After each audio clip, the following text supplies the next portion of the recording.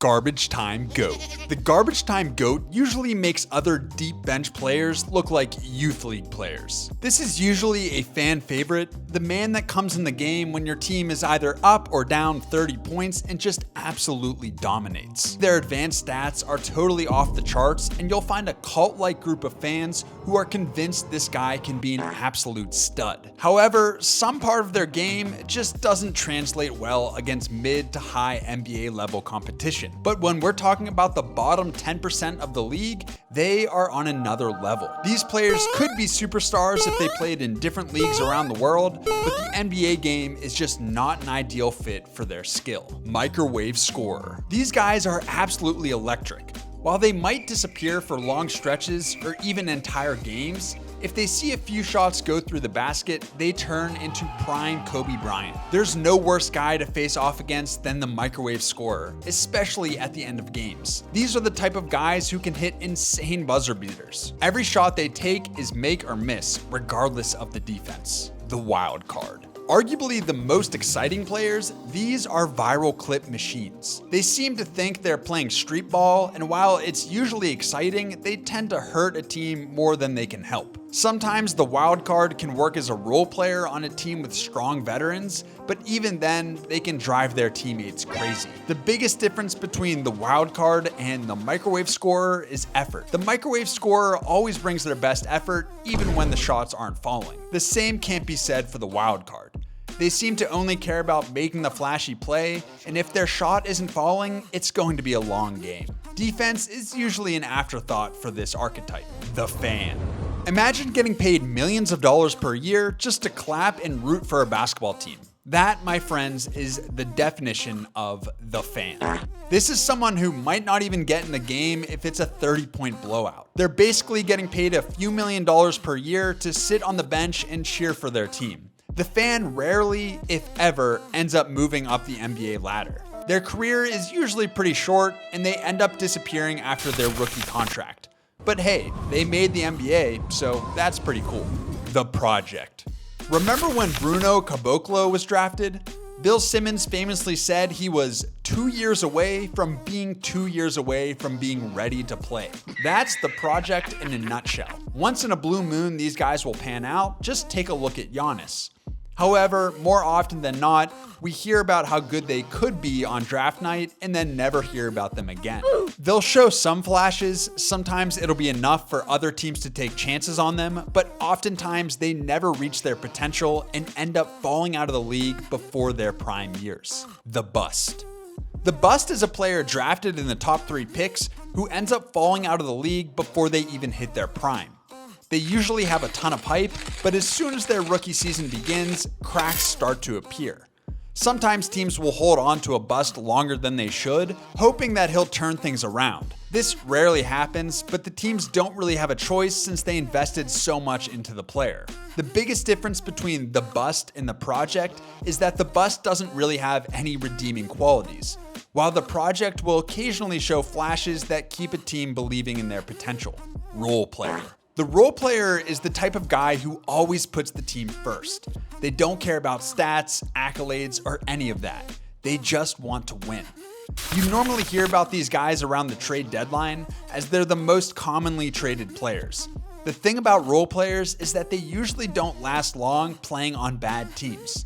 Since they care so much about winning, they don't mind taking a pay cut to join a contender. Bad team stud.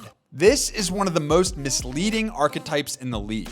The bad team stud is so good, they usually earn some insane contract. Sometimes a budding contender will even splurge on them, only to be massively disappointed when they realize they overpaid for a high-end role player. These guys usually end up going where the money takes them, which is why they end up on trash teams. Honestly, it's hard to blame them. You get to be the star of your team and make a boatload of money. Winning would obviously be cool, but everyone has different priorities. Defensive specialist. Imagine a defender that makes NBA superstars squirm when thinking about him. The defensive specialist is one of my favorites. They usually have some insane defensive instincts on top of a unique body type. Sometimes these guys are so horrible at offense that they barely see the court, but other times they end up developing enough offense to become a strong role player. or even better. The key for these guys is just to develop a three-point shot. Without that, they'll struggle to see the court. Still though, it's a fun guy to have on your bench. There are plenty of unique situations where they can be useful. Three-point specialist.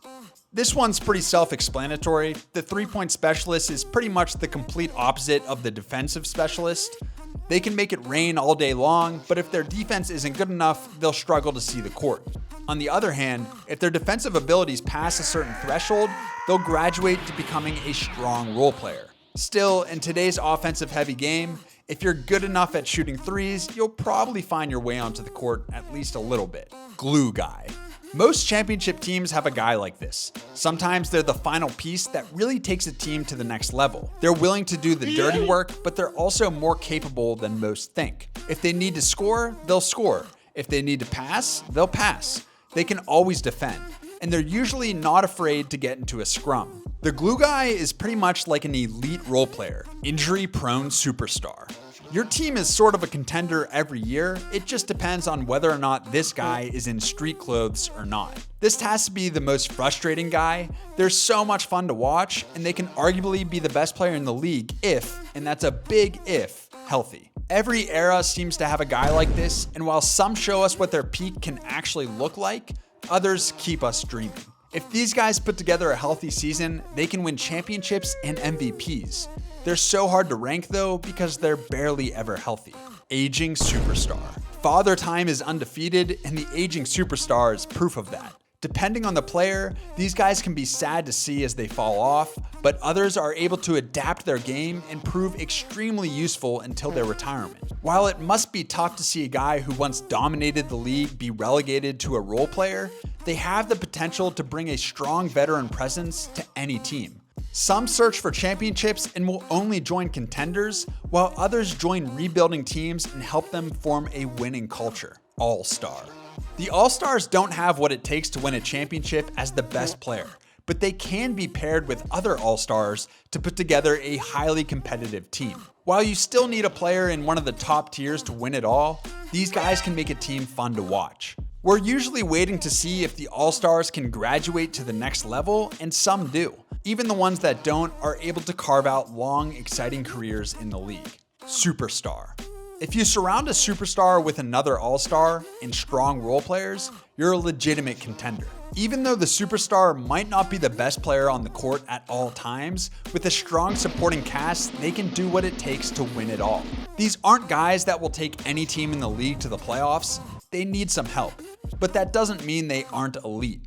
They're your perennial All-NBA team guys, and they can be in the MVP conversation, although they usually don't end up winning. Generational. This is the guy that you can put on any team in the league and they'll make the playoffs. They're taking home the MVP trophy year after year, and with a decent supporting cast, they're always a threat to win it all. There are usually only a few guys like this in the league at a time. While the most common form of generational player is a top 5 draft pick who comes into the league with a ton of hype, we've seen guys in recent years who became generational after getting drafted later.